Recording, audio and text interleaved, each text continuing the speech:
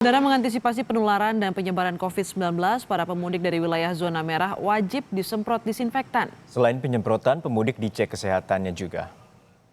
Selain dicek kesehatannya, riwayat perjalanan pemudik juga dicatat tim medis. Semua yang masuk Pekalongan harus berhenti di posko pencegahan dan penanganan COVID-19 seperti yang ada di jalur Pantura Siwalan.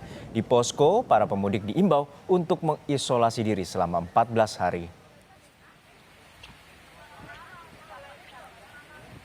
Sudah ada rekan kami Ari Himawan yang berada di salah satu titik pemeriksaan kesehatan menuju Pekalongan. Ari, bagaimana kondisi di pos masuk Pekalongan yang hingga saat ini dibuat sebuah pos pemeriksaan kesehatan dan bagaimana masyarakat menjalani pos pemeriksaan hingga saat ini?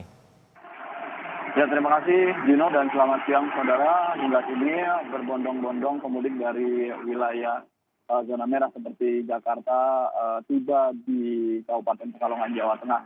Mereka yang menggunakan bis maupun travel, kemudian sepeda motor diarahkan oleh petugas dari Dinas Perhubungan maupun aparat kepolisian di jalur Pantura ini agar masuk ke posko gugus tugas yang ada di Kecamatan Siwalan.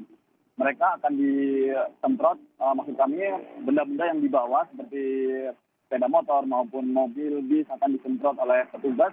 Kemudian warga yang mudik dari arah Jakarta menuju Semarang ini didata oleh petugas yang ada di belakang saya.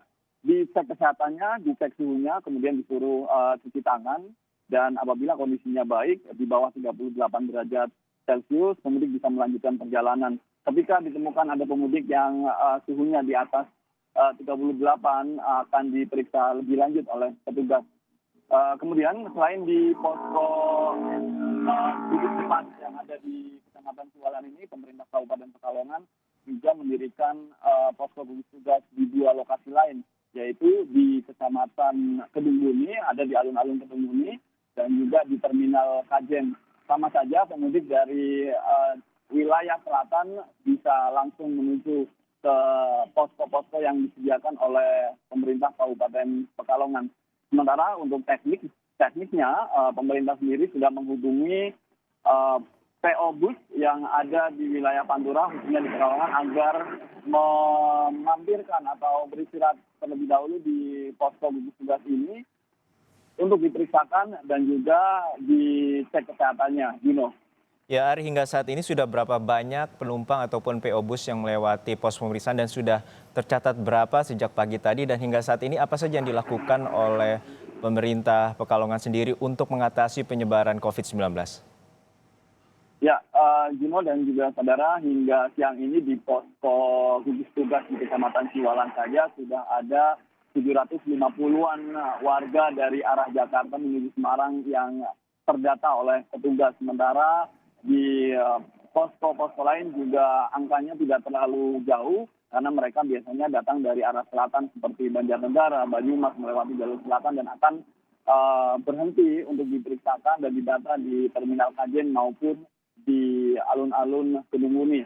Sementara di Kabupaten Pekalongan sendiri ada posko gugus tugas di 3 lokasi untuk mendata siapa saja pemudik yang datang dari arah Jakarta menuju Jawa Tengah.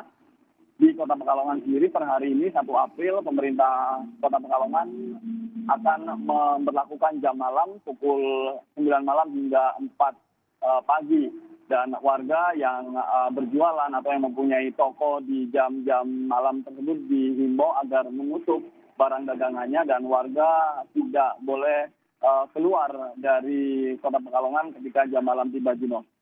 Baik, terima kasih adanya pemberlakuan jam malam oleh pemerintah Kota Pekalongan untuk mencegah penyebaran wabah corona. Terima kasih rekan Ari Himawan dari Pekalongan, Jawa Tengah.